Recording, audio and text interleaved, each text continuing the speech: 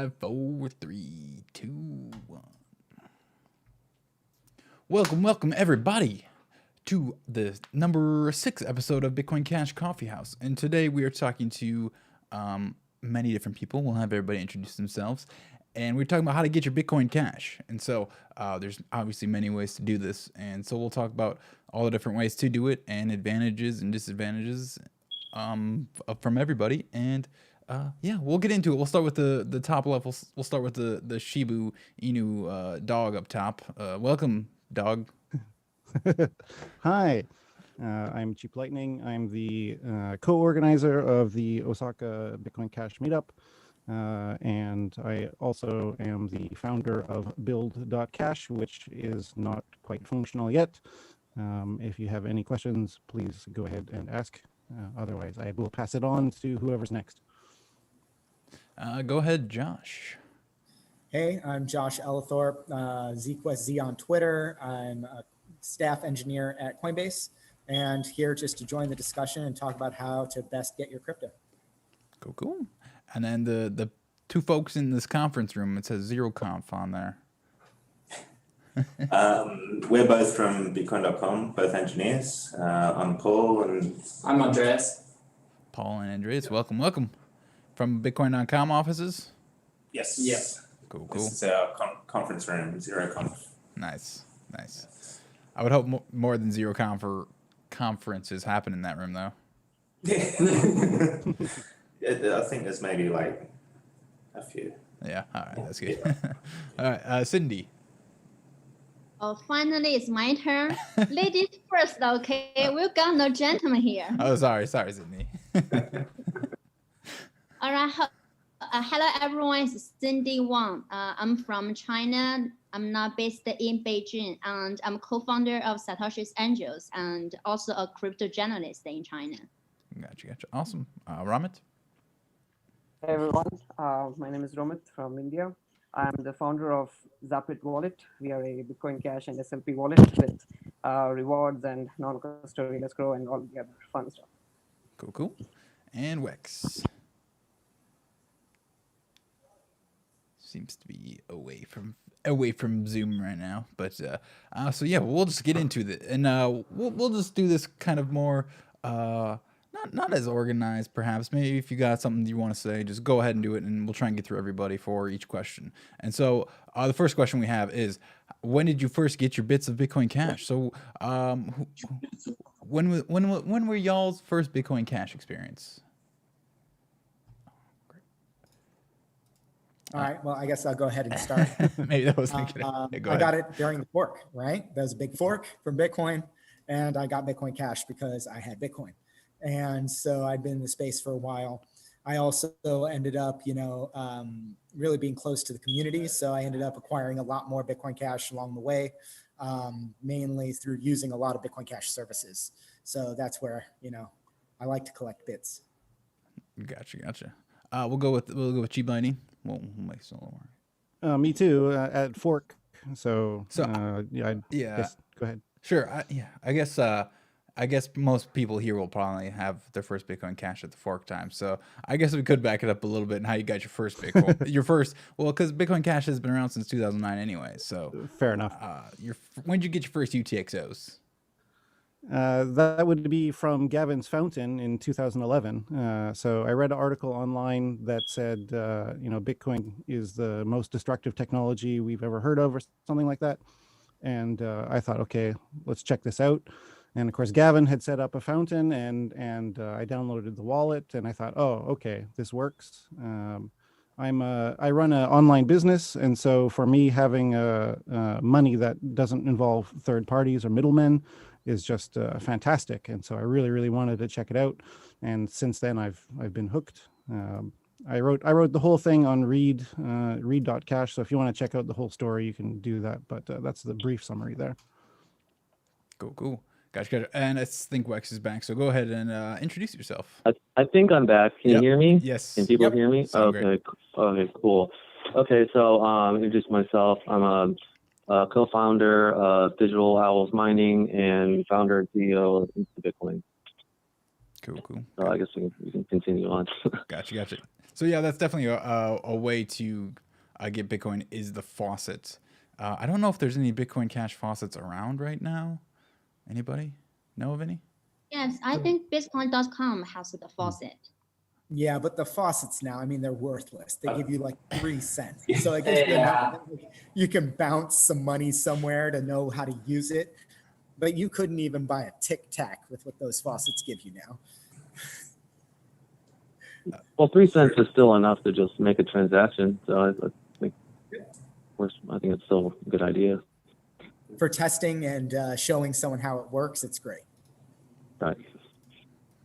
Gotcha. Yeah, Bitcoin.com guys, you have a comment on that? You kind of got called out there.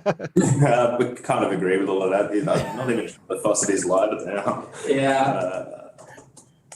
It's always hard with faucets too to like stop people from gambling in and just like emptying out all the funds. So you have to make it a little harder to get, but then it's like, too hard to get, which means nobody want to use it anymore. It's like, it's a fine line, right? Right. So yeah. Yeah, you don't, because the faucet is easily. I think we've still got money in it. Yeah. Yeah, nice. Yeah, it's easily gameable sometimes. So yeah, for sure. And so, of course, I guess we'll go back to you, Josh. How'd you get your first UTXOs? So I bought my first UTXOs on an exchange. So that was my first, the ones that I kept.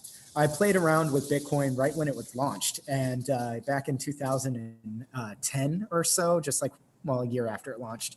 And I played around with it on my laptop, and I was trying to see mine just to see like what it was all about. And I was like so I was playing around with it, but those were just like playthings. I didn't really get into it in a big way until later. And by then, the mining industry had really picked up. So it wasn't like I could just mine some coins at that point. And the faucets were not generous during those time periods. So I acquired my UTXOs a little later. Gotcha. Nice. I guess I'll interject here. I bought my first Bitcoin. How I had to do it is I had to go through, it was in 2013. I had to go through this site called Wecx, I think. And I had money on PayPal. And so I went from PayPal to these Second Life dollars to Bitcoin. And so it was like all these like jumps of currencies. And then I got my Bitcoin then. So it worked. And so that's how I got it to there. So that was quite an interesting experience. Yeah, how about Bitcoin.com, guys? I got in 2016. I was looking for an investment, and then I went down the rabbit hole of actually using Bitcoin as money and got really excited about it. I purchased my first Bitcoins through Coinbase, actually. And then the fork happened, and I traded some for the other, and yeah. Fell in love with Bitcoin Cash because it's just easy to use and cheap. Yeah. Yeah, for me, maybe it was late 2016. Got a coworker from the previous place I used to work at. He was very into Bitcoin, and he's kind of like, "Hey, I'll send you some." And then I got some in my wallet. Not really any good wallets out there at that time. They were kind of hard to use. I kind of just let it sit for a while until I came back around 2017 rush, that's when everything started like for real. And probably Coinbase or Kraken, that was the place to be at that time, the place. Yeah, cool. Cindy, how'd you get your first Bitcoins? It's May 2017, when I was working at 8BTC, a blockchain media in China, and our boss did an RCO project, and he got rich overnight, and he just sent each of his employees 0.5 BTC. Nice bonus. I also want to thank a guy called Jake Smith, because he's the one who gave me my very first Bitcoin Cash, also in 2017. He asked me to do the translation job for him when he is visiting a Bitcoin miner in China. So thank you, Jake. Nice. Jake's amazing. I'm a big fan of Jake as well. Nice. Yeah, so that's obviously a great way to get Bitcoin is to do work for it. Yep. Probably one of the best ways, actually. Romit. Yeah, I think I got my first Bitcoin UTXOs in 2015. It was really hard because in India there weren't much of exchanges. There was just one that I had heard of called ZPay. They're still around, but yeah, I just wanted to try out how this thing works. So I bought maybe like $10 worth at that time. But I never really sent it to a wallet, so I never really used it for transactions, probably until 2017, like early 2017. So it just sat in an exchange, hodling and increasing in price, increasing in value. But yeah, once I did see how Bitcoin works, that's when I actually fell in love with it. Nice. Wecx? Yeah, nothing really special. It's probably about like 5 years ago or something like that. And I just bought them off an exchange and kind of like started, made a couple transactions or whatever. And then, started, I was like, okay, this is cool. And I started learning about it. And then I just kind of went towards like mining and trying to get coins that way. So it's simple. I mean, I think a lot of people get coins off exchanges at first to play with them. So nothing too special about that. Mm-hmm. Gotcha. And so has how you've gotten, general question for everybody, has how you gotten your Bitcoin Cash changed and evolved? Yes. How so? Yeah, so I work at an exchange, I like exchanges, they serve their place. But I think that what I'm looking for is a new economy. So I'm looking for us to spend and save crypto and not interact with the existing fiat-based economy. I'm not really interested in, trying to increase the price portfolio of my coins. I like when my buying power increases because they are worth more and that I can stay in the crypto economy. So I really like the idea of being able to work for your crypto and get paid in crypto, and talking to employers about being able to get paid in crypto directly as a way to get crypto. There are a lot of good tools. BitPay offers a payroll product. Several companies out there are trying to fill that space. And if you can get your employer to do that, then you can get whatever percentage you want of your check in crypto. So whether you're dabbling your foot in crypto and you want 1 or 2% of your check in crypto, or you want to be, out there and only spending crypto, you can get paid only in crypto. And I think or using services that leverage Bitcoin Cash as payment. So instead of posting your editorial content on Medium, you post it on read.cash and you try to monetize your feed. And therefore you are, you're still working for it. You're building content, you're generating good new content, and you're getting rewarded in cryptocurrency. And you're providing value and getting cryptocurrency in return. And I guess that's the key thing. You provide someone value, they give you crypto as a return for that value, is to me the best way to get crypto. Mm-hmm. And yeah, some of the, obviously the benefits of doing that is if you are worried about the KYC type stuff, it's a great way to not have to give additional information to, say, exchanges. Obviously your boss knows who you are, but exactly. So yes, that's a great way to do it. So anybody else? Well, we get paid in crypto, Bitcoin Cash, and it's completely different than actually buying it. Like when I first got into it, I was like spending my fiat currency to buy into cryptocurrency, and you have when you start earning it, you start thinking about it differently because you're actually getting this directly, and then you got to go the other way. You got to go into fiat if you want to like go to a restaurant that doesn't accept crypto or something like that. So it's changes your way of thinking about it as well when you're actually earning it rather than buying it. If that makes sense. 100%. Yeah. Yeah, exactly. I mean, it's definitely. It's a little scary for everyone at the beginning. I think, like for everyone, and that just the first initial like, hey, you're getting paid in crypto. A lot of people, it's like, oh, but then like that's the first or second month, people try it and use it and see like, oh, it's very easy. There's no like issues with it. And then if they want to, they can just convert to fiat via exchange or somewhere, OTC or something else. Then a lot of people start to see the big benefit in it. that you have this opportunity to just like, keep some on the side if you want to, or like do a little bit whatever you want with your crypto, right? Which is a huge benefit, I think, for everybody, right? So. Yes. I guess I'll jump in.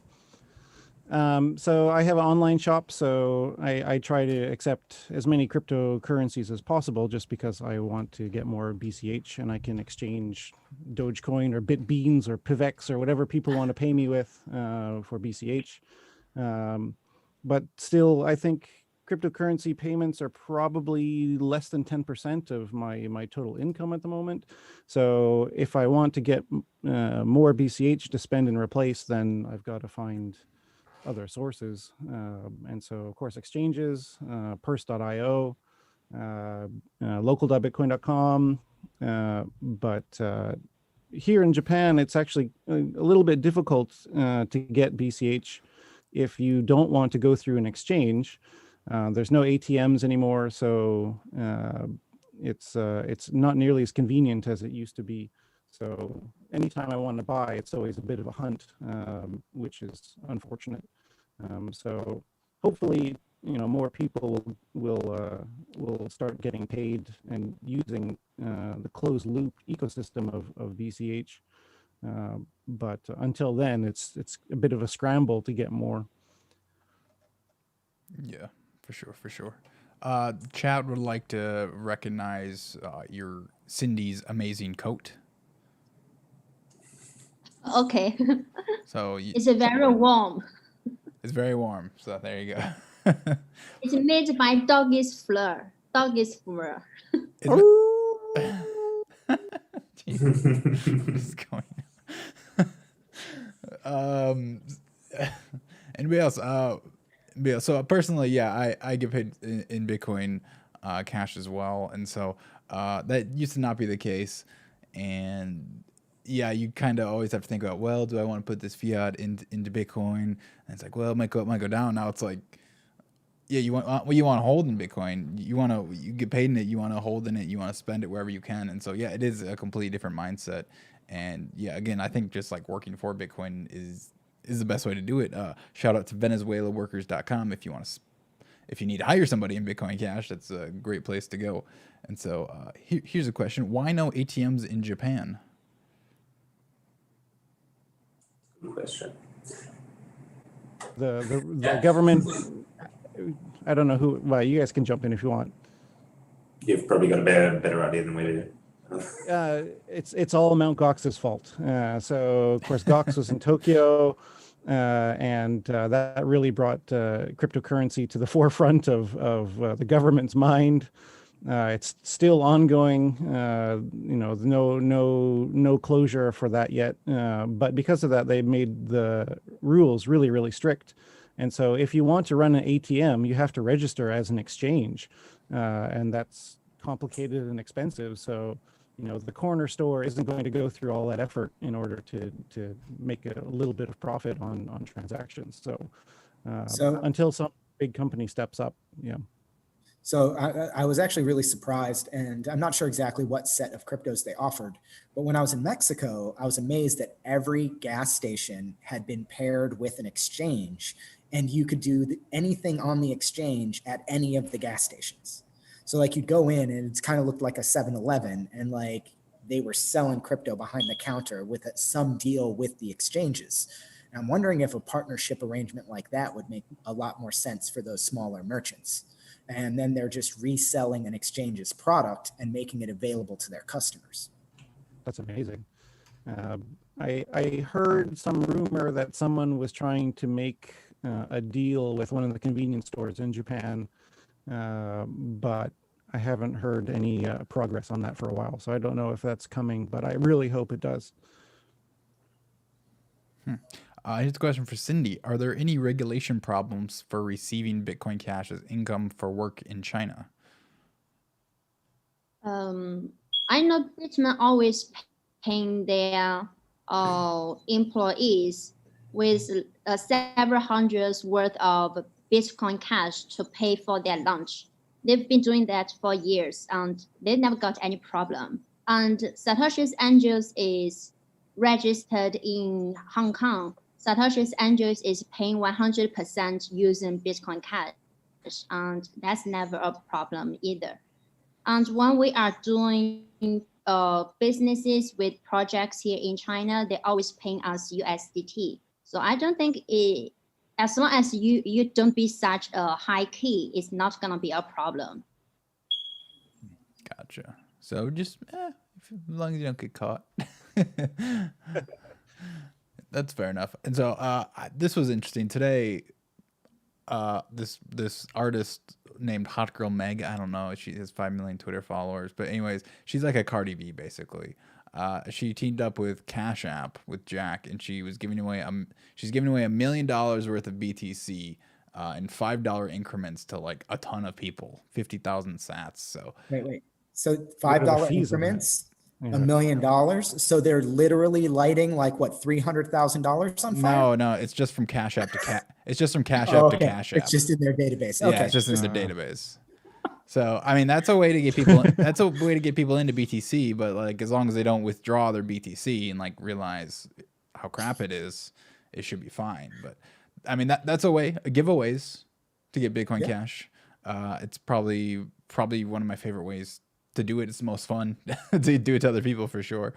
I guess we have Romit. How do you get your Bitcoin Cash now? Well, initially, it's actually still quite difficult. Maybe 2 years ago, it was the hardest. So you could actually get BTC or even like Ethereum very easily, because you just have to sign up to an exchange, do the KYC, it may take a day.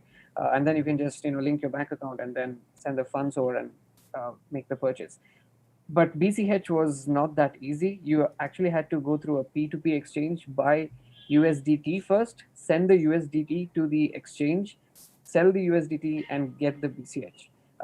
They purposely made it hard for certain currencies or cryptocurrencies to be used because, Indian exchanges are still the Bcash crowd, basically. There is no Bitcoin Cash friendly exchange right now.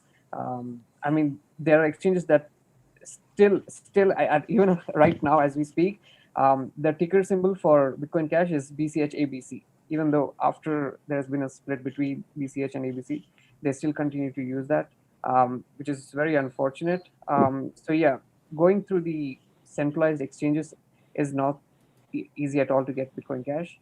But I am working with another new exchange. It's like a non-custodial exchange. It's similar to how Shapeshift or SiteShift works, where they don't really provide you a wallet. You have to enter your wallet address. And then once you send the funds over from your bank account directly to theirs, they will send you the BCH over to your wallet. And it happens instantly, like within a minute or two. So that's how I get my BCH as well now. It's actually... How do they deal with fraud? Sorry? So in India... So like the reason there are delays at the exchanges is fraud, right? Like I send an ACH, I can reverse it. I can reverse most fiat payments after I've gotten the crypto. So do they just limit which fiat payments you're allowed to make, or are they just ignoring a huge risk? Actually, in India, you cannot reverse your payments. That's one advantage we have in this financial system. We have a new payment mechanism where it's finalized. So once you make the payment, it's done. You cannot, you can literally not reverse the payments. Is it what payment? And it's instant. It's free. It's instant. Any app, like you can use. There are like more than probably 30 or 40 apps that you can use. They're all interoperable, which means, for example, if you have Google Pay and I have Amazon Pay, I can send you the funds, and it's free. It's instant. That is one of the reasons crypto is not, being adopted for payments that easily, because cryptos are not able to compete with the financial system we have in India, because it's just that good. You cannot, there is no points that you can say to convince someone to shift to crypto. It has to be better than what it is right now. So yeah, we're just making use of that system to instantly exchange the BCH in this new exchange called InstaCrypto. It's been here from 2017. Initially, the exchange would manually send the funds out, but yeah, right now I'm actually helping them automate the entire process. So the moment you send the rupees into their account, instantly BCH is sent out. The other way around works as well. The moment you send BCH, instantly rupees is sent to you. Awesome. Yeah, very cool. And then Wecx, how do you get your Bitcoin Cash? Well, I know it's hard for people, I mean, who are just getting into the ecosystem, whatever, but you know, if you build relationships with people, you can start to like trade with people, you know, which is kind of what I do. You know, you just meet new people who are interested in it, and you'll find like go to a meetup, or you can go on Open Bazaar, for example, and like sell something, or you can mine some coins. I don't use exchanges anymore, so I just kind of try and build my relationships with people in the community and get Bitcoin that way, whether it be working or selling something, or, you know, exchanging with a friend, or mining some coins or whatnot. So I just try and keep my ear to the ground and just be involved. And I think that's the best way, rather than going on exchanges and things like that. So pretty much just that kind of thing. Yeah, I think that, you know, peer to peer, it's nice to be able to talk to your peers and be able to exchange currency with them if they have it. That Right. really well. Exactly.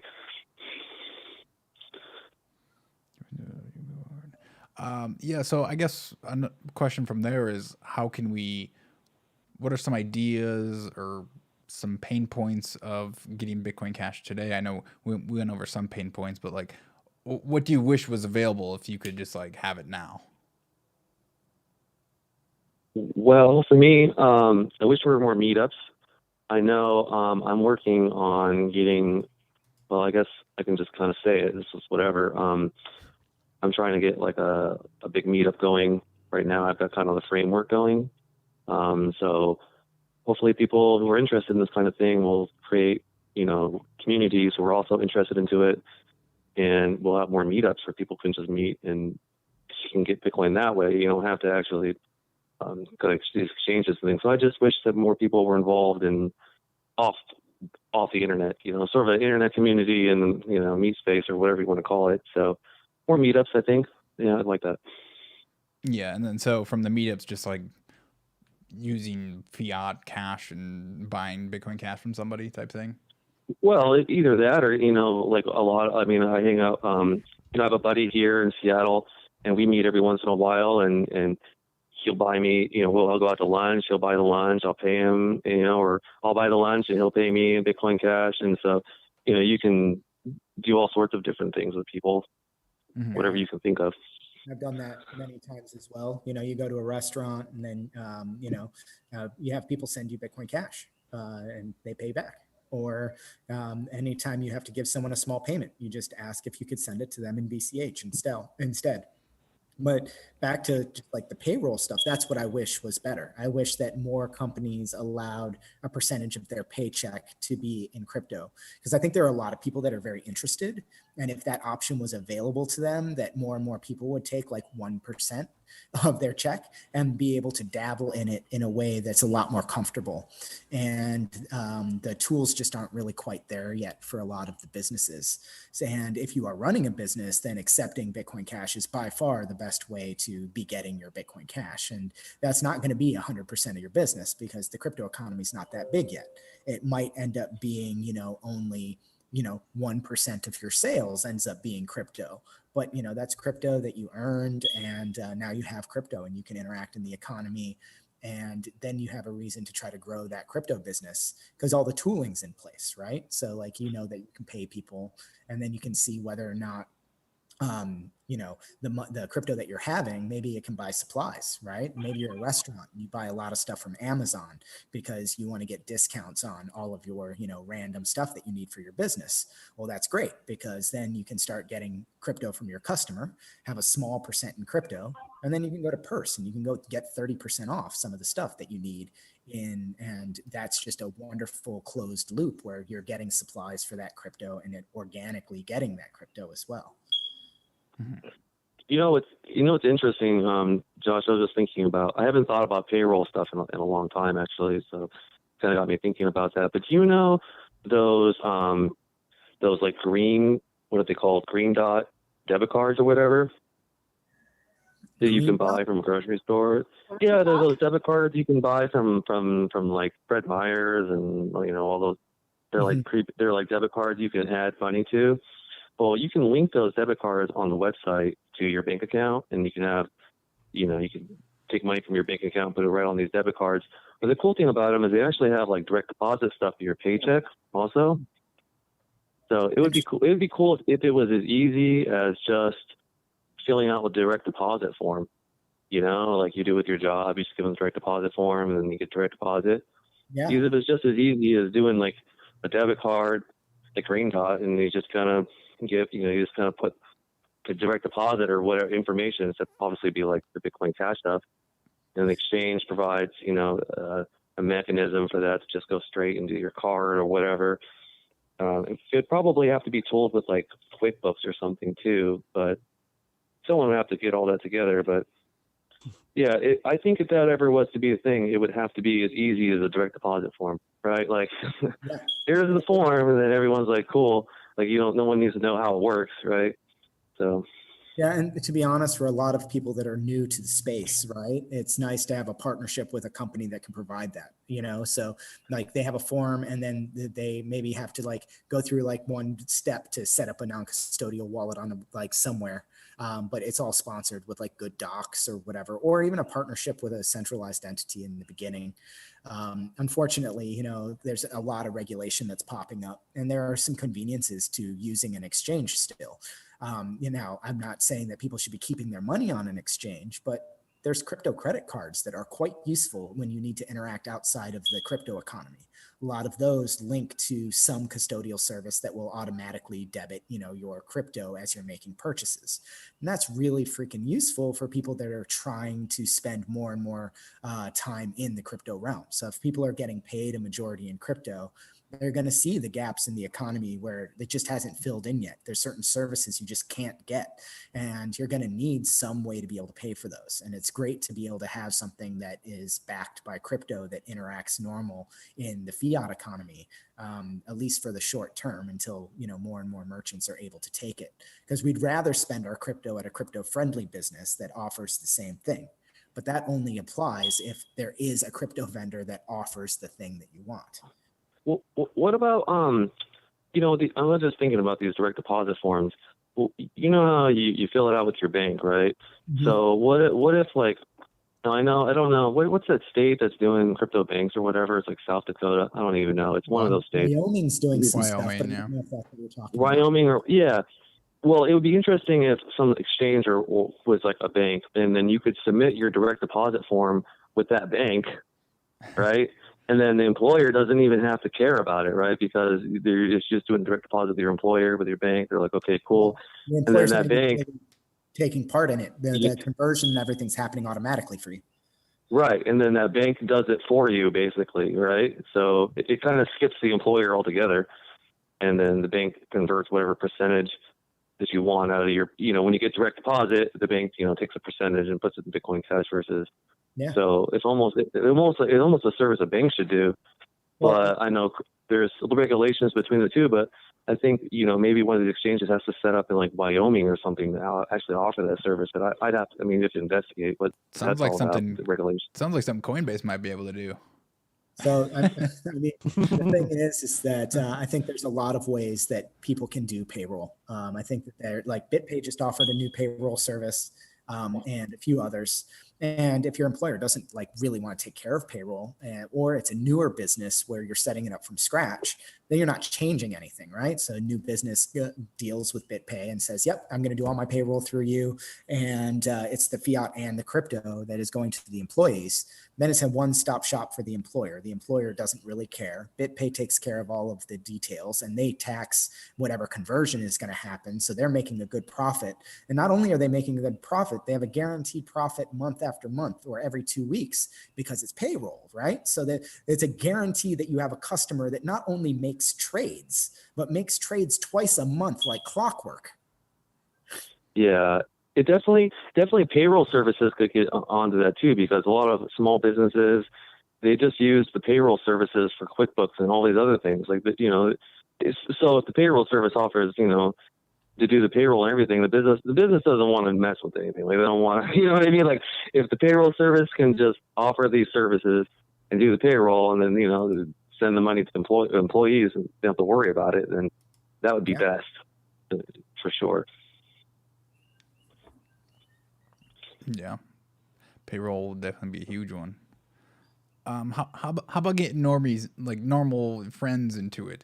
I think honestly, like the newest thing that I just used the other day, the Bitcoin.com link sharing feature is like amazing. Oh, yes. Like I don't know how that hasn't been a thing yet. It seems so simple. Check the chat. Check the chat. Oh, you mean like, yeah, you may use some sort of, I think I saw a demo on that. That's for YouTube video. Yeah. Oh, if you talk about YouTube chat, they probably deleted your link. Bitcoin.com to the newest version, and you can, when you send Bitcoin Cash, you can see this share via link, and you can send the link to everyone. So whoever click the link, they claim your Bitcoin Cash away, and you can check the status of that transaction. If it is not unclaimed, you can actually get it back. Yeah. It's a really handy feature, especially, you know, a lot of people are just, they don't have that much experience with dealing with these things, and being able to send them what looks like a Telegram message that has some, and then they just click on it and it magically funds their wallet is really great. And those new share links also automatically point them to the wallet to be able to grab the wallet. So it tells them the app and automatically deposits. Yeah, that's really cool because I don't think that like exists for like. I mean, the Bitcoin Cash I think should be competing with like the Venmos and Cash apps, right? And they don't have that. They don't like have anything like it where you can send a link to anybody and they can claim that. That I think that wouldn't be a thing just because of like regulatory concerns. Like I don't know. It seems like that might be some weird gray area. So that I mean that's a huge feature I think, and I'm glad something like that's there. So good job, guys. Over there in the conference room. You know, I think a lot of the regulatory concerns, I think they're more of a concern because everybody wants to go towards that first, where in my opinion, I think people have to distribute these coins within each other more in a peer-to-peer way before you can force the regulations. You know, whenever there's a change in like society or whatever, like, you know, anything from like, you know, gay marriage, you know, people have to you have to spread it throughout, you know, the culture. And then I think that impacts regulations more. Like, for example, let's say everyone in the whole state's using Bitcoin Cash, right? And because people on Craigslist, people on Open Bazaar trading, you know, everyone's using it. And then the government's like, oh, shoot, you know, let's try and regulate this. And everyone's like, well, hey, you know, what are you going to do? We're all using it. And I think that the regulations will more be shaped by that than versus going to try and get the regulations to do what you want, but nobody uses it or whatever. And it's like, well, you know, we have all the power, so we don't need to regulate in your favor. So in my opinion, like, I feel like the grassroots was going to impact regulations more than lobbying, I guess, unless you pay politicians a lot of money. So of course that always works too. So well, I think that both things have to happen in concert, right? So I agree with you. We want to have as many people transacting peer-to-peer as possible and showing excitement for this technology so that, you know, the government regulations, if the government is honest and for the people that they are representing, then if a majority of the people, now this is a big if, but if then in a majority of their people are using cryptocurrency, then it should be a no-brainer that good legislation should pass. But that's just not how it's kind of happened. And a lot of the pressure, at least in the US, comes from corporate entities requesting, you know, changes in behavior, whether that's the big banks, whether that's the exchanges or whatever it is. And I think it's really important that we have the people that are crypto-friendly businesses that are big trying to advocate for intelligent legislation, because I think a lot of people would put in bad legislation if that didn't happen. So I think in a vacuum, right? Like, so say no crypto-friendly business interacted with the government at all. Do you think the regulations are going to turn out in your favor in that case? And I'm going to vote probably not.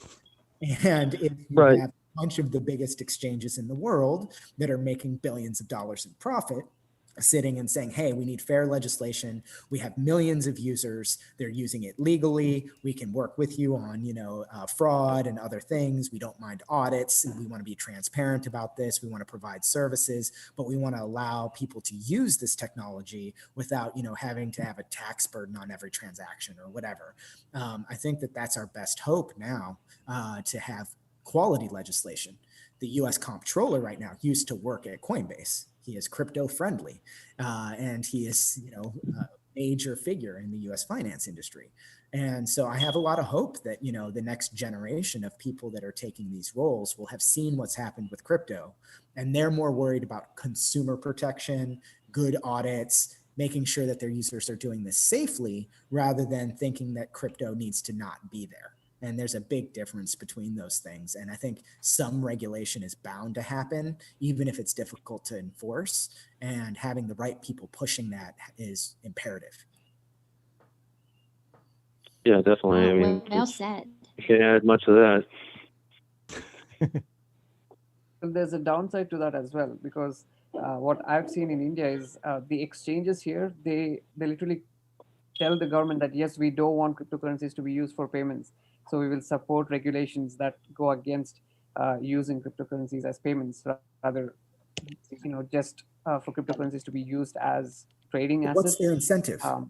Like business-wise, how does it make them so money? the more cryptocurrencies that are being exchanged or being traded in an exchange, they make more money. Rather, if users are withdrawing to their wallets and using it for payments, they don't really make any money. Oh, they charge you for like actual like sends and receives? No, they're an exchange, right? So Right. more people that are trading within the exchange, like buying and selling, they make money. But the Right. moment the user withdraws it away from the exchange, they don't make any money. But if So they are in express it support of okay, regulations that they are might get free against for payments. customers. Oh, I think I understand what you're saying. You're saying that the exchanges are trying to have regulations that make it more difficult to use for payments because they Yes. prefer the customer to trade them Yes. rather They have than actually use them as already mentioned payments. that, a few of the biggest exchanges in India have already spoken to regulators about that. Like, they literally say that, yeah, we don't support cryptocurrencies for payments, rather just for trading assets. That's something that I'm worried about here, actually. That's scary, because to me, Yeah. like, I understand that point of view, but I think that point of view actually makes them less money. So what you're doing is you're saying, I want to maximize the amount of trades that a small pool of people have. So they maybe less than 1% of the population's using crypto, and they're trading and they're making money. And if they opened it up to payments and they could get 10% of their population to be using crypto because it's being used for payments and it's more useful, then that means that they would still be making trades, because they still need to trade between what, to get the crypto occasionally, and they're using it more, which means that they need it more, which means they do more trades and they have a higher pool of users. So I don't see how they make more money. It sounds like they just don't know how to make money. That is right. You know what it is? They probably don't want to develop more products, because what they could do is, they can capture the payment market more, like BitPay has their payment processor. I mean, they could make more products to capture all these other markets. Sounds like they don't even want to develop products past exchanging back and forth. It's like, we've got this one product and we're too lazy to expand, so let's just use regulation to crush everybody and just keep whatever pie we have, and then that and whatever money they make from that one product is enough for them. They don't want to make more money. It's like some people actually think like that. So I mean, I could believe that could be the case. I mean, some people don't want to grow their business; they're content with what they have, and then they just use the government to crush everybody else, and then they've already got this monopoly. So it's that's how it works sometimes. Strategy to what we see in the US. So like Coinbase, obviously big exchange. We love it when people use our exchange, but we make non-custodial products. We make them for commerce. We make non-custodial wallets. We make Web3 wallets that integrate with DeFi. Like, we want more people using crypto, and we think that trumps anything. And I'm just surprised to hear that, because it sounds like if a payment-friendly exchange did open inside of India, that they would have, all the users would go there, because they're the ones advocating for it to be used more, advocating for looser regulations from the government. sounds like a huge business opportunity to open a crypto-friendly exchange. Yeah, that's what Yeah, I we are guess what we're just seeing is just different philosophies around the world on how to approach this subject. Yeah, definitely. Cool. Yeah, let's bring it back a little bit here, but we do have a question for Josh or anyone. How do companies needing to get a stack, so a ton of Bitcoin Cash, do they face any specific difficulties? So if you're basically, we've been talking about like the small fish trying to get into Bitcoin Cash. What if you're trying to get a big stack?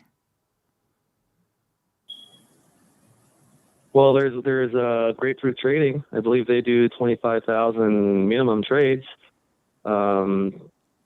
Mike runs that, so there are some larger peer-to-peer trading companies where you could go to. And then I think Coinbase has don't they have a sort of a separate brokerage too, I believe? Yep. So. I mean, there are definitely ways to do that.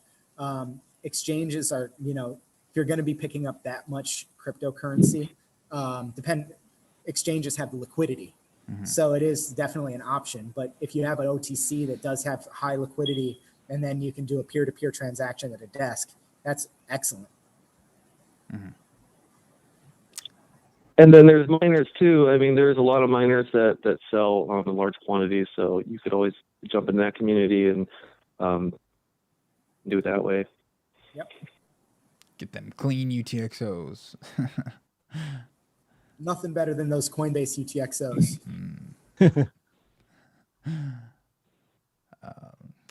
Mining is a really cool way to get coins, actually. I don't think people realize how fun it is.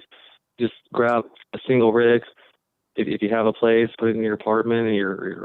I mean, I started mining in my attic. So, I mean, it's a great way to get coins.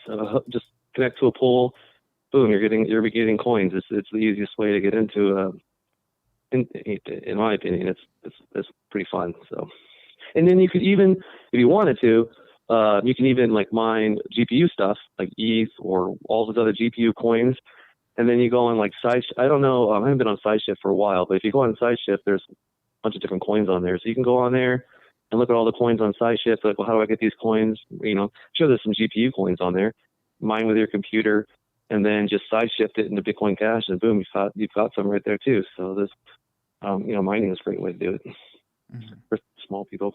Small stuff. Wallets are doing good stuff for like small amounts, so that it has like built-in shifting. Like Edge Wallet has a deal. I think it's with Simplex and a few others. So when it's small quantities and you're switching between cryptos, it's pretty easy.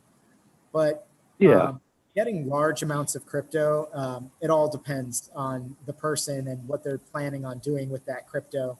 Because if they have a large amount of crypto and they ever want to trade it, and they're going to be putting it on an exchange anyway, the exchange is going to know they had a lot of crypto, right? So it's like if you want a lot of crypto and you're just literally going to hold it forever, right, and not move it, well, then nobody will know you have it, and it can be like actually private.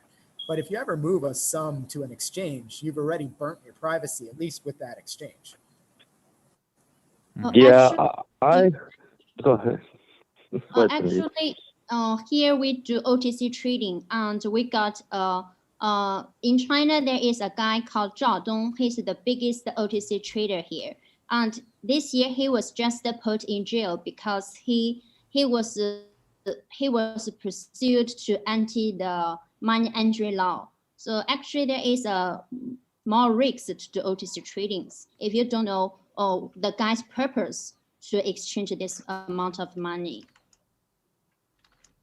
Yeah, there are laws here in the United States too. I believe it's like $1,000 per person per day. So if you want to get a large amount, you could maybe find 5 guys, do $1,000 with each guy. It's like 5,000 a day, and then set something up for over 10 days, and then that's $50,000. So I mean, you could do something like that too, where you try. I mean, I don't know.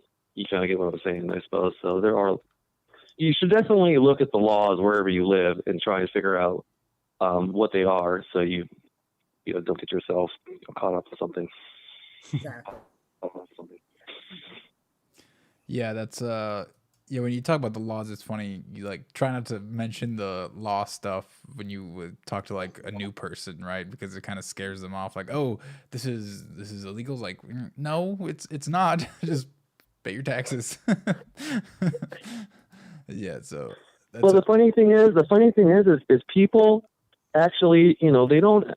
When you go to a garage sale, you don't pay sales tax. Or I mean, a Right. lot of people a lot of people don't pay taxes on all sorts of things they do all the time with cash. It's the kind of the same thing. I mean, you just kind of bring it up like that. Like, well, you don't pay taxes on sales tax when you go to the garage sale, do you? I mean, people kind of, that's how I present it when people ask me about taxes. I'm like, well, yeah. are you paying taxes on all this other stuff? Because if not, then you know what I mean? Yeah, no, that's a good point. Yeah, the garage sales definitely a good. I mean, I think that there's Yeah. different concerns, right? One is a payment network that allows you to make payments, and another one is a government requesting tax for payments. And the payment network shouldn't need to worry about what tax situation is going on. It should just work for payments and work to send money around. And if the government wants to enforce taxation, they can do it however they want to, but it doesn't need to be built into the payment network. That's the difference with the fiat system. Is the fiat system, it's built into the payment network because they can freeze your funds, they can freeze your bank account, they can do whatever the hell they want with the fiat money services and basically make it so you don't have any access to your money. Now, the responsibility to pay those taxes is dependent on, exactly what your obligation is to your government and what you want to comply with. And those should be separate concerns. Crypto networks shouldn't charge you tax when you're sending something from your wallet. They're two different things that are related, but don't need to be built into each other as absolutely as they are today. Yeah, there's probably going to be a learning curve with everything, and I think that's why I like it. I always kind of suggest people start small with their experience. This way, they can get familiar with everything in a more, less stressful way. Like, don't worry about price. You get like $20 worth. Play with it. You get involved slowly, and I think that's one way people can learn in a more comfortable way, right? Like you're not gonna have to worry about taxes and stuff if you're not buying $10,000 at a time on your first day of learning about it. I mean, this way people can learn gradually. It's not so stressful. So that's how I kind of present it. Or you just kind of dip your toe in, and then you can learn as you go, type of thing.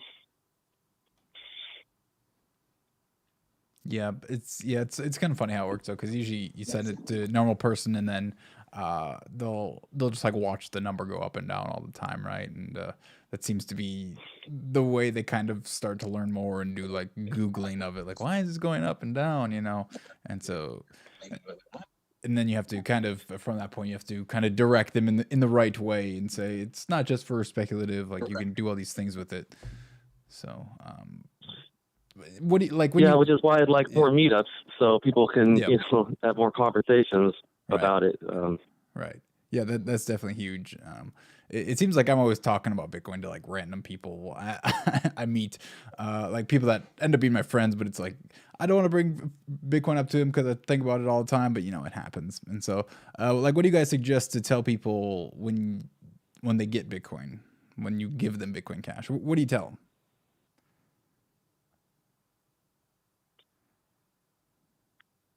Or some Well, to earn Bitcoin. Who wants to start? Go ahead. Cindy, you go. I mean, tell them to earn Bitcoin Cash yourself by offering what kind of services, what you are good at. Like if you can write stories, if you can do translation, do whatever you can to earn Bitcoin Cash instead of just wanting get free Bitcoin Cash from Roger Ver. Do you tell them about purse.io? I don't know if they have that in China. I mean, Purse is great because it gives you a way to get crypto just like from Amazon money, right? So if you have Amazon gift cards and you want crypto, you can do that through Purse. So it is definitely a way to get crypto, although you're taking a loss. Their exchange rate is not so good because people want discounts. Yeah, I've really simplified the way I explain. I don't even. So there was once upon a time when I used to try and explain more about how it works, and it's just, honestly, I just send. If I ever talk to someone about it, I'll send them some a couple dollars or whatever, and I usually refer them to a couple sites I like. A Blockchain Poker is a really great website. Yeah. I just onboarded a friend of mine to that website because she plays poker all the time, and we've been playing poker together. And her and her family played poker together, and they were trying to find an online way to play with each other. So she was looking at these apps on Play Store and all this other stuff. And I was like, hey, you can just play on blockchain and poker. She doesn't even use cryptocurrency or even care about it at all. I gave her like $150, and now her and her family goes on there on private rooms and they play like $10 tables. I mean, they don't even know how the darn thing works. I don't even bother telling them, like mining and blah. I mean, basically I just leave my communication open.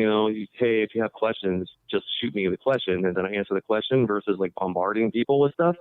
So I mostly just kind of do quick overview. Hey, this is what it is. Here's some. Go play with it. And then if they decide to go read about it, I just leave the door open for them to ask me questions versus me trying to like throw all this information onto them. So that's kind of what I've been doing lately. Yeah, That's a great approach. Yeah, that's a good one to show. Is blockchain.poker. That's a great one to show. Well, being able to just show someone like how their wallet works, just like how sends and receives work, Yeah. it's way different than trying to explain what cryptocurrency is and how it works.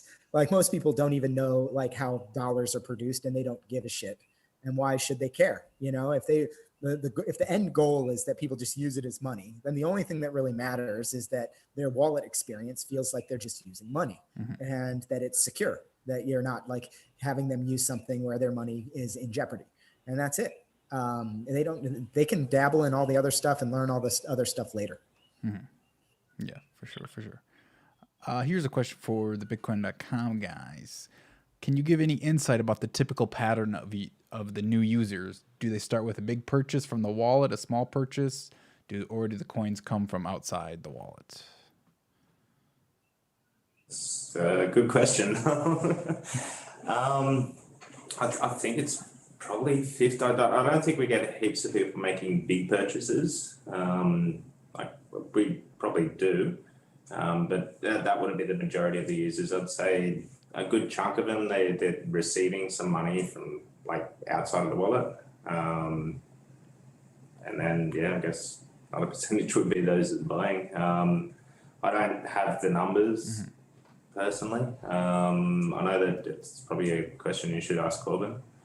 Yeah, I think most users are they like dabble with it, try out $20, those kind of things. But then there is people that gradually increase, but also people for, receiving from exchanges probably or somewhere else, comes into the app and then finds features in the app, while they're playing around with it, and, number go up is always brings more users, right? So at those times, a lot of new people come in and they have no idea. So, they use the cloud backups and stuff like that. So we're trying to, ease them into this whole, like, start out slowly, like, you don't care about mnemonics, like, share these links, like, don't care about addresses, and like all of that. It's too advanced for most people, right? We're trying to make this for the normies, right? So we want everyone to come in, and I think most people start out small, probably, and then gradually increase as the interest increases, right? And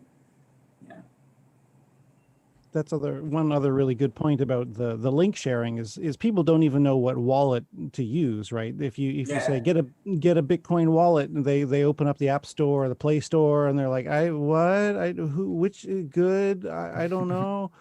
You have to remember that people are busy, people are lazy, people don't want to spend a lot of time investing in figuring out something new. So one of the really huge advantages of having a meetup is you can hold someone's hand through the basics, because if you're completely new to it, you just have no idea where to start. And so you can show people just how simple it is. Okay, well, download this app. Yep, that's the right one. Okay, now see this? That's your QR code. Now I scan it. Boop, you got some money. What? That's it? Yes, that's it. once you just show the very basic steps, people figure it out, and then if they want to get more advanced, they can. But if they just want to hold and send some money, they don't need to worry about all these other features and things. I found here we had one new person come to one of our meetups, and I was explaining the advantages of Bitcoin Cash to compared to other coins, and I was talking about coin fusion and stuff, and he said, well, why would I want that? And I said, well, privacy, you don't have to worry about people following your transactions. He said, well, I don't care about that. I just want to use my money. It's like, okay, well then don't worry about it. That's not important. But the option is there if you want it. So for most people, all of the great things that are available are not important to them. They just want to be able to use their money quickly and easily. What I tell people when they ask me why, I say, well, it's not this why. I say, because I use it. That's why, because I don't use that other stuff. They're like, well, you get the other stuff, but you're not, you want to do business with me, this is what I use. I think that's actually a pretty effective way a lot of times. I don't mean to interrupt you, but hey, Colin, what is that? Is that tip Bitcoin Cash thing still running for the streamers? Yes, do you know how that works? Yeah, it's tip.bitcoin.cash. Yeah, so that's another way people. Yes. Right, people who stream and stuff to do that. I'm sorry, I just wanted to get that out before I forgot. No, yeah, I mean you have to set it up yourself, like beforehand. There's a couple other tipping services as well. I've seen that are way more multi-coin. But yeah, Bitcoin. But if you're a streamer, you could probably set it up though. You already know how to set up cameras and stuff like that. Yeah, it's a Streamlabs plugin for people that are familiar. But yeah, it's basically they give you a BIP70 code, and then like 98% of the tip goes to the streamer, and like 2% goes to the company, which is actually, as far as like streaming tipping services goes, is like nothing. YouTube and Twitch takes like 20-30%, if not more. But people play. I mean, a lot of kids, and people play like Call of Duty and stuff. I could see people getting coins that way, no problem. He's playing some Call of Duty. Some guy has some Bitcoin Cash. He's got the little tip thing on there. I don't use streaming services, so I don't know like the logistics of all that. But people play video games. I mean, shoot, there's a thing right there.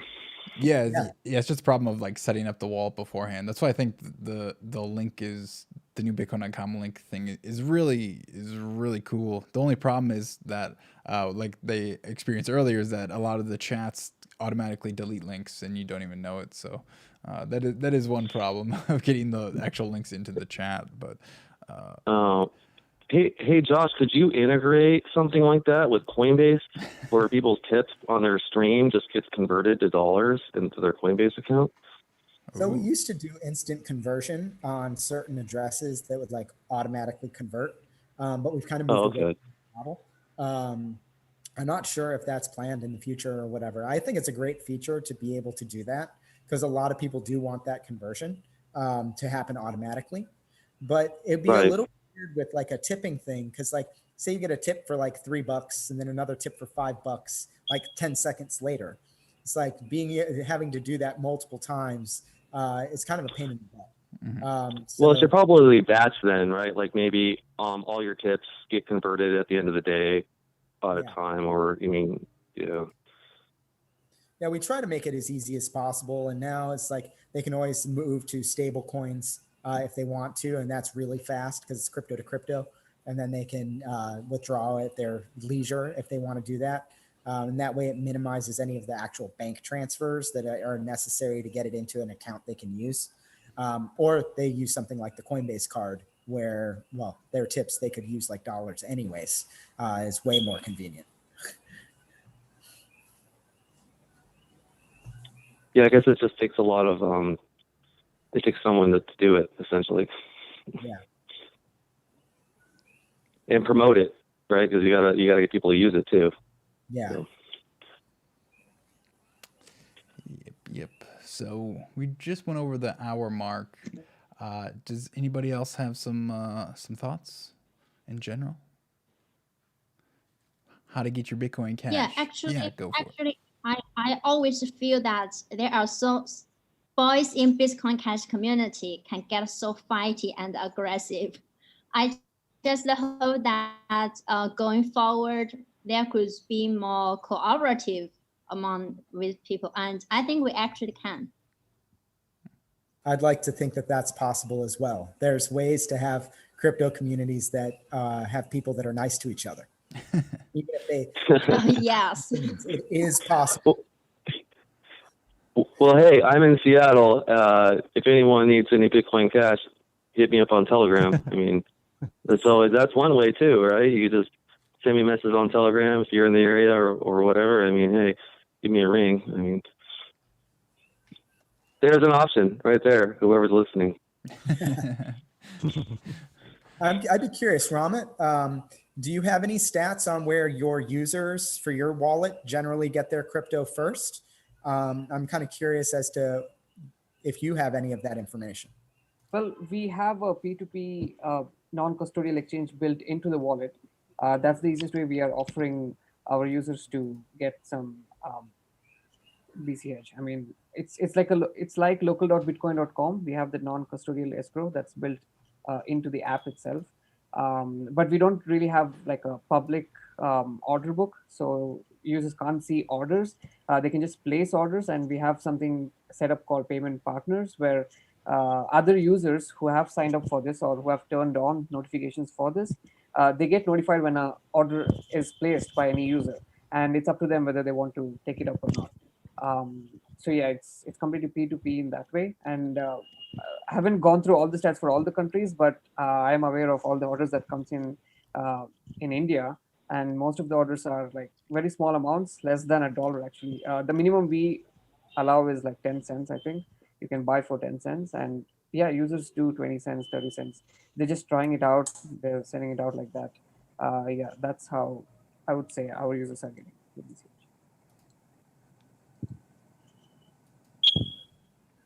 Nice. And then Colin, as a streamer, Yeah. are you getting your Bitcoin Cash from your stream, or what are you doing to get your bits? Yeah, it's mostly from the stream. Some tippers in there. I have a address that I post in the description. Sometimes I get some through there too.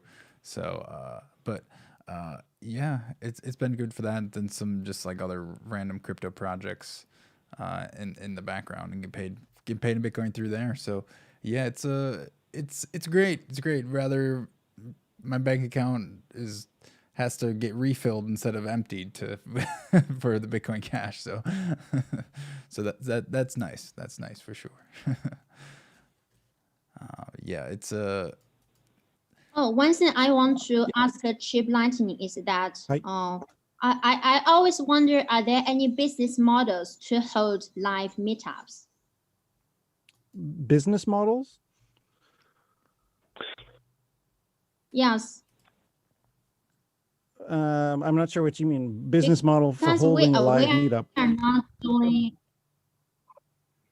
Well, like she means like a way to make meetup. We are not doing business with different.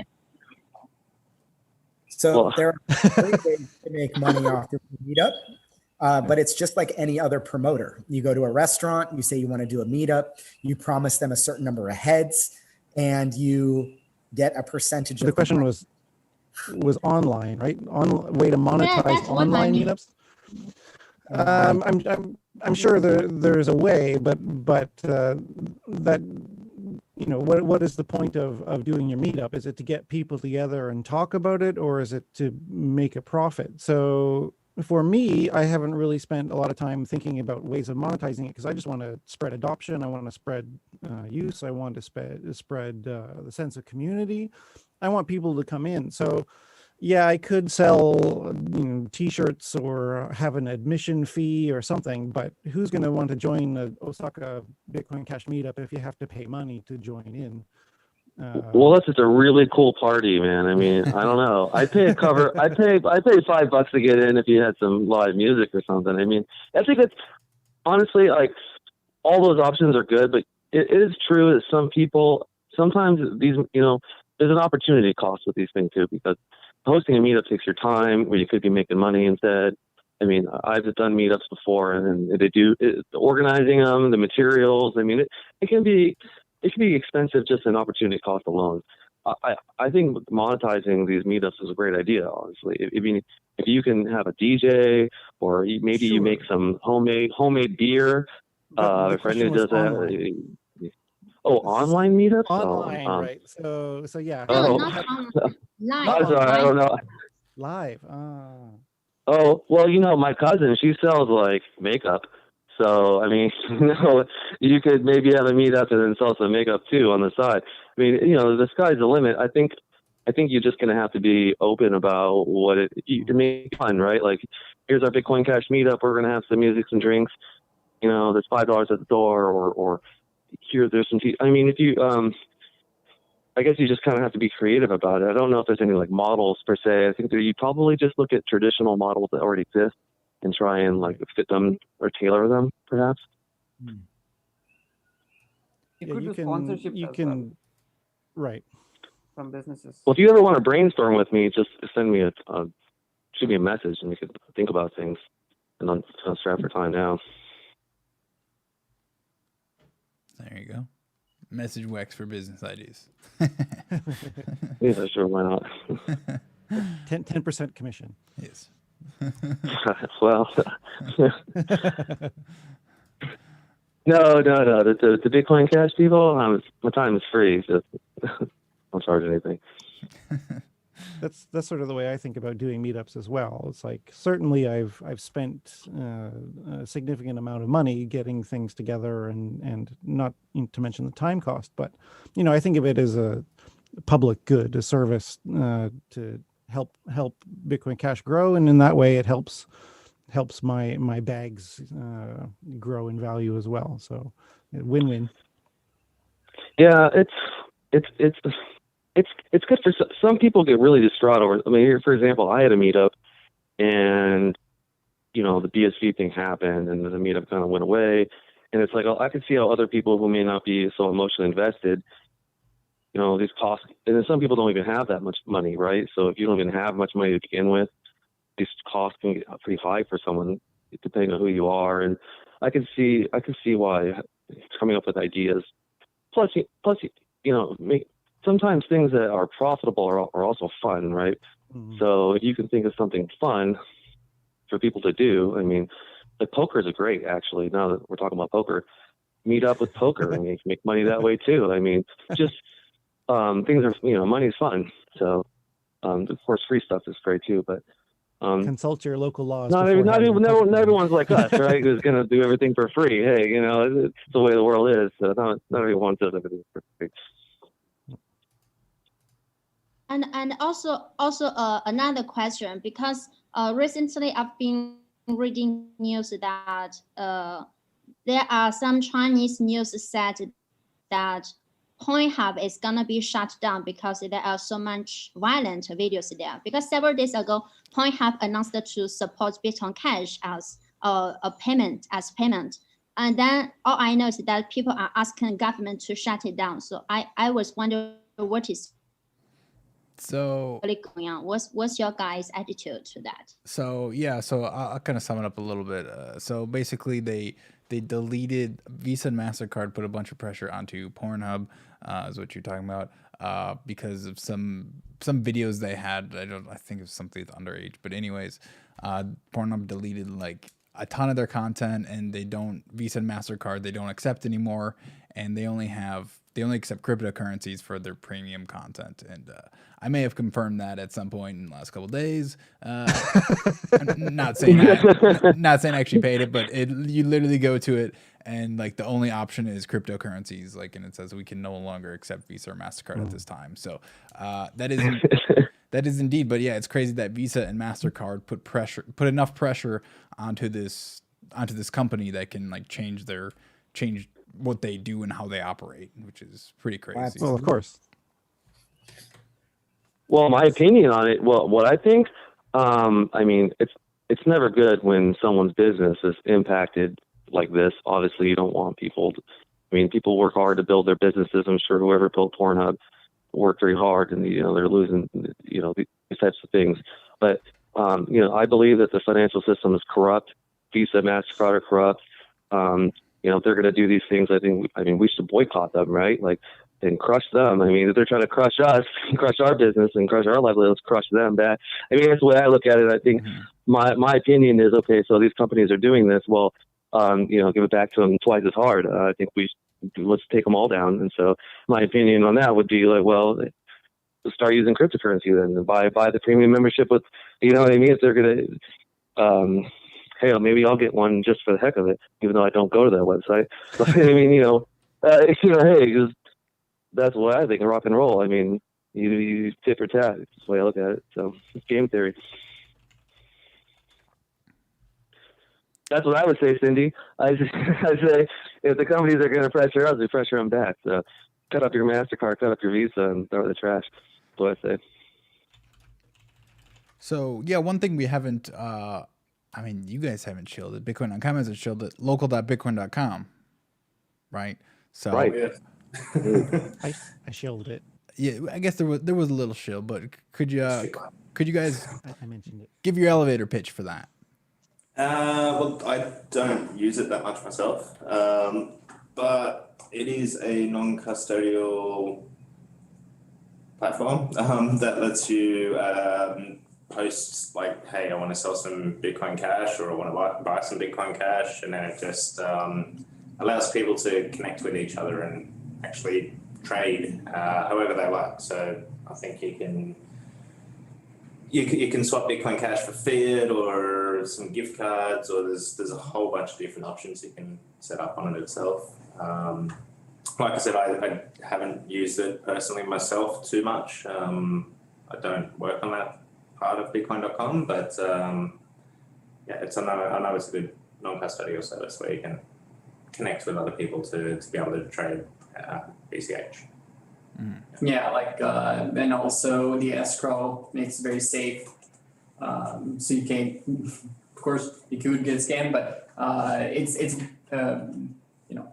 a lot harder for people to do that when it's the escrow service, when you can actually unlock the funds on both ends, right? So yeah, and then you, like Paul said, yeah, trading crypto for fiat or for anything really. I think there's even like, that marketplace or something, you cannot actually buy and sell stuff there. So kind of a peer-to-peer for anything you want to sell for crypto, or you want to sell something, get crypto, or you have crypto and you want to buy something. Well, you can put it up there and maybe someone hits you up, right? So you know what I don't like about local Bitcoin? I'll tell you what. I used to try and keep this ad on local Bitcoin to try and, and the problem is the darn thing expires way too soon. And I constantly have to repost it. I tell you what, I'm too busy to repost the darn thing over and over and over again. That's why I don't even have it up anymore, because I know I'm going to put it up and then I'm not going to see. The thing is, there's not a lot of people in the Seattle area. So it's very there's not a lot of people here. And so I don't get very many messages, pretty much none. So, if I just want to leave it up, just for the sake of leaving it up, that'd be great. But it expires, and then I have to remember to put it up. So basically, I'm constantly having to remember to put the ad up over and over again, and it's the most frustrating thing. Just to let you know, that it frustrates me. That's why I don't have one up right now, because I gotta put a new one up. It's been 3 days or however long. I just can't remember. So just to let you know that's kind of a weird thing. So yeah, we'll pass it along to the team working on that. Yeah. See what we can do there. We solved something. Yeah, it expires. Yeah, it expires on you. And so if you're in an area where no one's trading and you just want to leave it up, and then it's like, oh yeah, I mean, Something, yeah. Yeah, exactly. It would be nice if you can, make it go to the top in the list as well, right? If you already have it on there. So. Cool. But I will repost. I have to repost it. So, but actually, it's really great. More people should use it. I should have my ad back up on there. It would be a good way for people to connect for sure. If people are looking for coins, it's good to just post something there. See, that's another thing. If someone's looking for coins, they post an ad, it's going to expire on them too, probably. So, probably frustrating in both ways. But yeah, definitely localbitcoin.com is a great tool. For sure, if anyone's listening, check it out. Yeah, for sure. And also, you know, if you don't have a local meetup in your area that you can go to and, you know, find an OTC, which is, you know, easier. But here you can just go here and, you know, you find your OTC online kind of. That's what I've been using it for very, very effectively in Japan. Like there's a lot of people you can hit up there and you just meet them up and, you know, sell some or buy some, whatever you want. Right. So, yeah. Cool. There was a proper shill. Nice.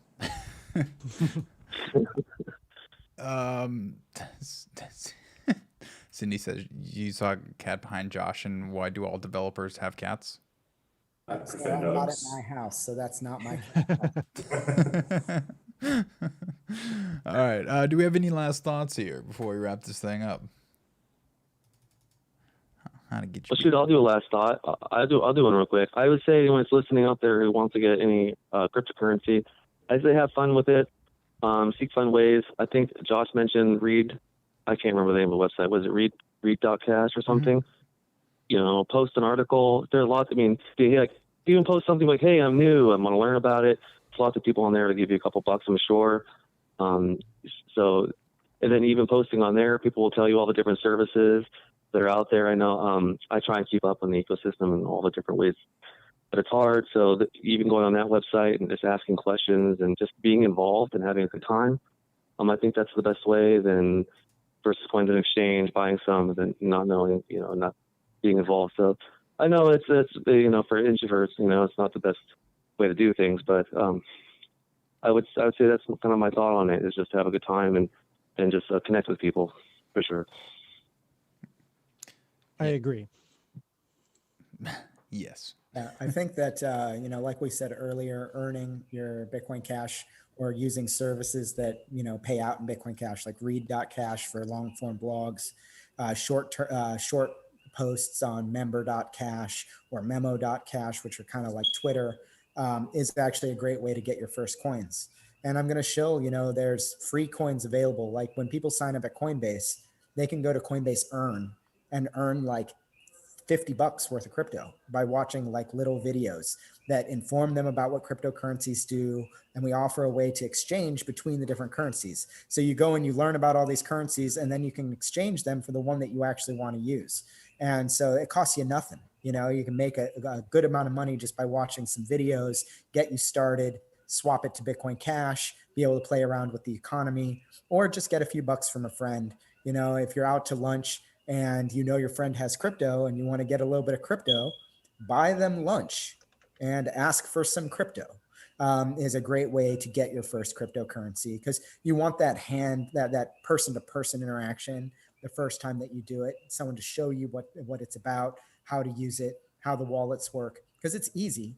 It's just a lot of people are intimidated because they hear about the price and all the trading and all the stuff, and then they actually use the wallet and they're like, oh, it's a number and it says send and receive and you scan codes.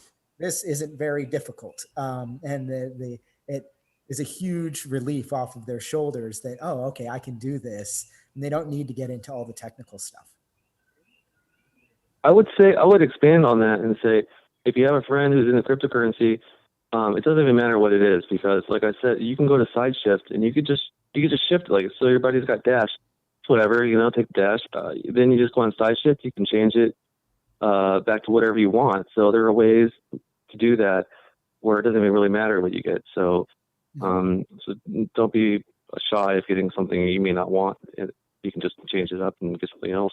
So, and that Coinbase thing is actually pretty cool. I've done that before. I got like $50.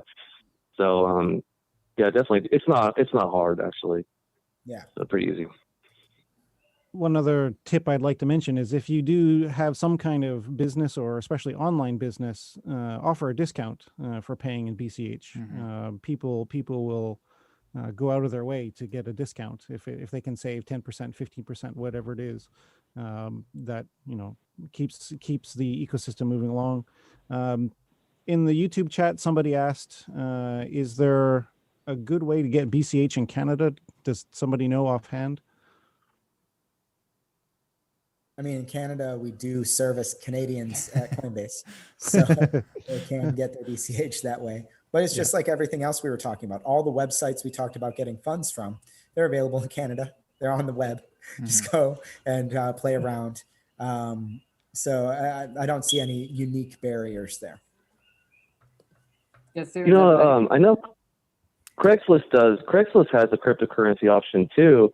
I don't know what's popular to sell for cryptocurrency on Craigslist, but you could probably do some research too and be like, oh, you know, this little group of community on Craigslist, maybe, you know, maybe they sell Legos, who knows, right? Yep. And, you know, you could do it that way. Or post something on Craigslist and try and see. I mean, I go on Craigslist every once in a while. I would totally, if someone had a box check for cryptocurrency, I'd go for it. So I don't know if I was trying to like link that with Canada because I don't know if Canada has Craigslist, but I assume they do, right? Or maybe I don't know, but if they do, then there you go. Depending on what city you're in, there's probably meetups as well, and people at meetups generally have BCH, so it's another option. Find a meetup in your area. Well, shoot, you probably don't even have to go to a Bitcoin Cash meetup, right? Go to an Ethereum meetup, get some Ethereum, and then you just swap it. You know, I mean, honestly, you can go to any meetup, right? Go to any meetup and just grab whatever. Yeah, and then go on SideShift.io, what's this, IO, right? SideShift.io, there you go, take your use, probably. Go anywhere. There you go. That's a good tip. Romit, you were going to say something? Yeah, I was just going to say about the Canada thing. I'm not sure if we have payment partners there. I think users can get BCH from the Zapit wallet also. That's all I want. Zapit, ZAP.IT is your website, or does ZAP? No, it's zapit.io. Zapit.io. Zapit.io. So, anything from the Bitcoin.com guys? I'm getting hungry. Yeah, just hit up a pay link. Get someone to send you a pay link. Yeah. Actually, Colin, I sent one in the chat before, which like you couldn't open. If you open it in your desktop browser and share it to the screen, someone can scan that with their mobile. Send it to my Telegram, and then I'll post. I can post it in the chat. Yeah. Get ready. There's free money. Get ready. Money's coming, guys. I'm just gonna claim it first, and not telling you guys. Yeah, I mean, share some pay links during the holidays. People meet up. You're saving the orphans, yeah? Alright. There we go. Yep, pay links for sure. Alright, here it goes. There you go. First one to get it. Yeah, getting pay links I think are like the coolest thing. So, yeah, Cindy, any last thoughts? Not at all. Not at all. Oh, Go Bitcoin Cash. I enjoyed the such an experience to talk with you guys, especially with the dog. I want to punch your face. What is this? Such a contrast. You're so happy, but you want to punch me in the face? It's the mustache, man. Very punchable. Hey. All right.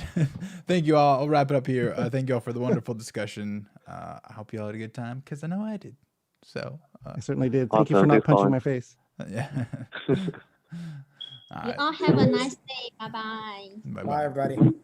Bye.